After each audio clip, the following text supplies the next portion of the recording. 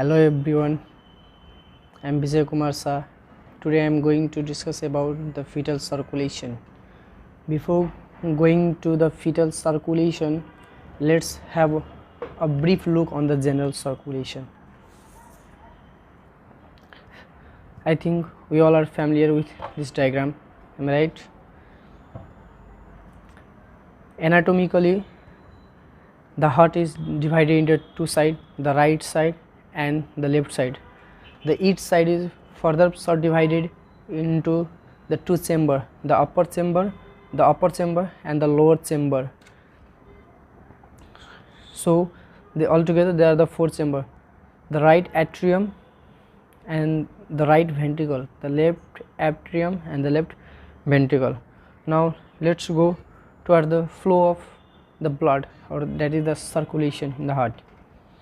The superior vena cava and the inferior vena cava, these two terms, if we are the veterinary student, this can be replaced by the caudal vena cava and this superior vena cava by the cranial vena cava. Okay, so I'll be using over here the superior and the inferior vena cava. Superior vena cava brings the blood, the deoxygenated blood, from the upper part of the body, while the inferior vena cava brings the deoxygenated blood from the lower part of the body and deliver it into the right atrium. Now when the blood comes in the right atrium, due to the pressure, the tricuspid valves open. It is known as the tricuspid valve due to presence of the three cups. It is also called the right atrioventricular valve. Now the blood from the right atrium comes to the right ventricle. Now see here, pulmonary valve.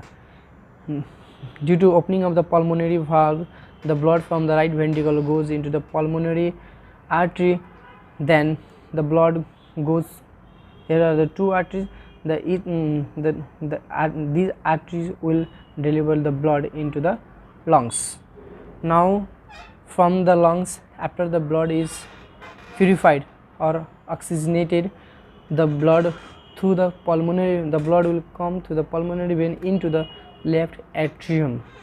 Now the mitral valve, or also known as the bicuspid valve, or the left atrioventricular valve, it gets open and the blood comes in the left ventricle, and through the aortic valve, a type of semilunar valve, the blood goes into the ascending aorta. This is the aorta, this is the ascending aorta, this is the arch of aorta, and this is the descending aorta. And through the aorta, the blood goes to a different part of the body. This ascending aorta is branched into the three branches. One is the brachiocephalic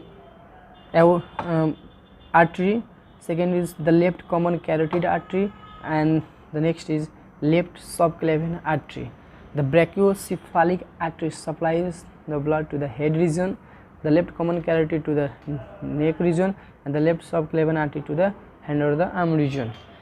The brachiocephalic artery is further divided into the two branches, that is the right common carotid artery and the right subclavian artery. These are all about the general circulation. Now let's discuss about the fetal circulation.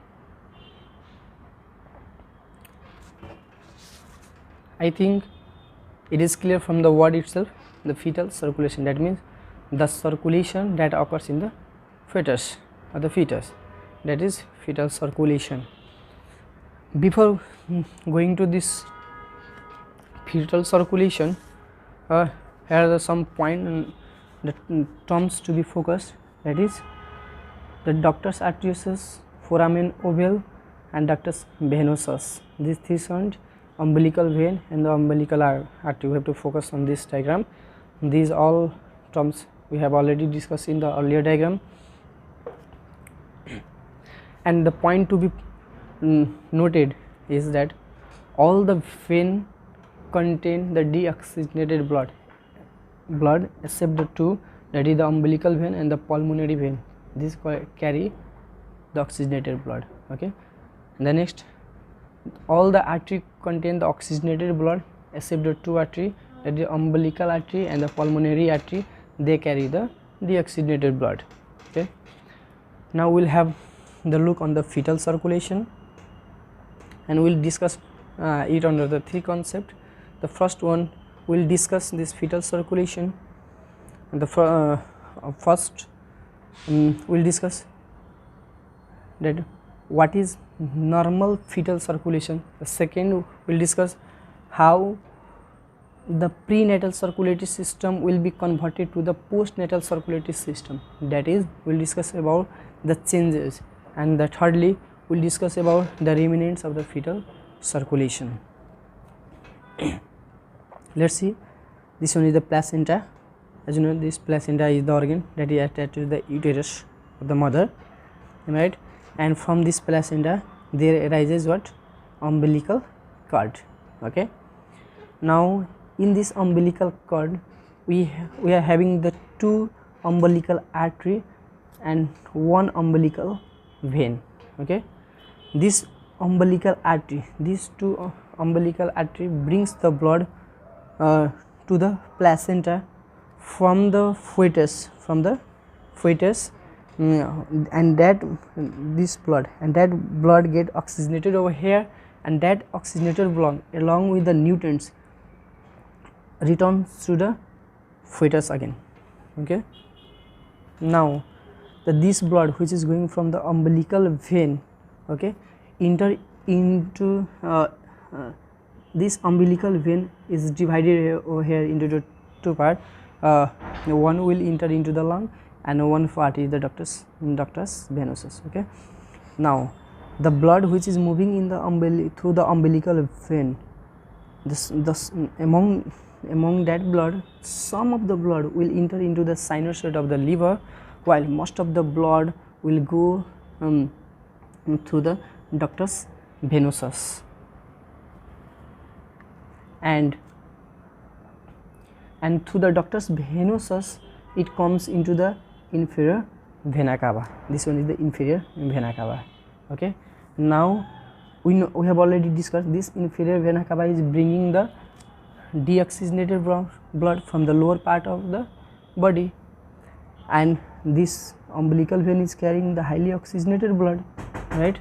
Now the highly oxygenated blood which is coming from the umbilical vein get mixed up over here in the inferior vena cava, and then it is drained into the right atrium.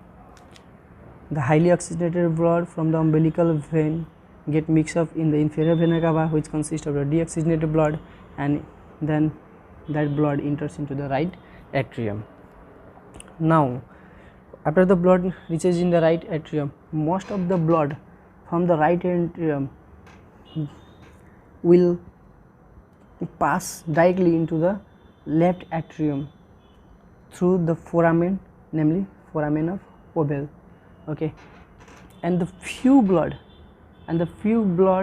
get mixed with the less oxygenated blood in the right atrium, which has come from the superior vena cava, and then it will pass into the right ventricle. Most of the blood in the right atrium will bypass where to the foramen of Ovel, and it will go into the left atrium, and only few blood get mixed up over here in the right blood. With which blood? With that blood which is coming from the superior vena cava, and that blood will come into the right ventricle. Now the question arises, why over here, why the shunt is present in between the right atrium and the left atrium? It is easy that if all the blood from the right atrium goes into the left, if all the blood from the right atrium goes into the right ventricle, then it must be pumped into the pulmonary artery, from where it goes to the lungs.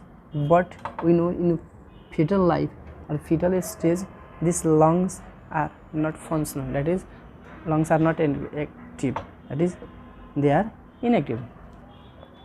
So the shunt is necessary over here, that and through this shunt the blood pass from right atrium directly into the left atrium. Now whatever the amount of the blood coming from the right ventricle, it will go into the pulmonary artery, am I right? The amount of blood that is coming from the right ventricle, it will go into the pulmonary artery, this one is pulmonary artery, into the pulmonary artery, and that blood is directly shunted into the aorta. Again over here the mixing of the blood takes place in the aorta, because we know this aorta to the from here the deoxygenated blood is going, and from here aorta oxygenated blood, again the mixing of the blood takes place over here. Okay, now as soon as the baby is born, the two major events takes place. What are those events? First, the baby starts its first cry, that is inspiration occurs. Inspiration will occur, and when the inspiration occurs, the lung will expand, these two lungs will expand, and when the lung expands, the area of the lung will increase, and we have one relation that area is inversely proportional to pressure, am I right? Now due to increased due to expansion, the pressure decreases, that is the resistance of the blood flow in the lungs will decrease. Whatever the blood is flowing into the lungs, the resistance of the flow of that blood will decrease, and the blood is start going to the pulmonary system, and the blood will start going from here to the pulmonary system. Okay, now the oxygenated blood, now from the lungs, blood has been oxygenated. Now the oxygenated blood from these lungs will be drained into the left atrium, then to the left ventricle, then to through the aorta, it will go to the aorta. Now when this blood goes to aorta, the aorta now becomes the high pressure system, and this pulmonary artery becomes the low pressure system. Okay, that means the shunt over here is going to be reversed. The high oxygenated blood from the aorta will pass through the ductus arteriosus. Here this is the high pressure system, and this one is the low pressure system. That means high pressure, that means the highly oxygenated blood, that is rich in oxygen, will pass into the pulmonary system through this ductus arteriosus. Okay, now this ductus arteriosus is very much sensitive to the three things. The first one is the oxygen, the second one is prostaglandins, and the third one is the bradykinin. Okay, now when the highly oxygenated blood, or the blood with the high oxygen, will pass through this ductus arteriosus, the smooth muscle of this ductus arteriosus get contract. Okay, and the next, previously the production of the prostaglandins by this ductus arteriosus were higher, but due to the presence or due to the high amount of oxygen or the high presence of oxygen, the prostaglandins production by ductus arteriosus gradually decreases, which leads to the contractions of the smooth muscle of this ductus arteriosus. The third one is when the baby first cry, right, there is the secretion of the bradykinin from the lungs, and see, when the bradykinin is secreted, then that will mix up with the blood, and it will come to the right atrium, then to the left ventricle, then to the aorta, and finally it will come over here. It will be shunted reversibly. That means again it is coming over here, this bradykinin reaches over here, and that bradykinin finally constrict the ductus arteriosus. And the next, after the birth, when the birth of the baby takes place, after birth the pressure in the right atrium decreases. Why? The answer is simple, that over here the umbilical cord is cut down. That means no blood is going to flow to the umbilical vein, or not being supplied to the umbilical vein. So the pressure over here is going to decrease, but the pressure in the left atrium increases due to flow of more amount of blood from the lungs into the left atrium. And since the pressure in the left atrium is increased, due to increased pressure in this chamber, the septum primum, that septum is just present in this region, foramen ovale region. Another septum is also present, septum secundum. That septum primum is pushed due to this high pressure toward this side. Okay, and finally this foramen ovale is closed. Okay, now there is a term arises, that is the patent ductus arteriosus. That means you must know this term, the patent ductus arteriosus.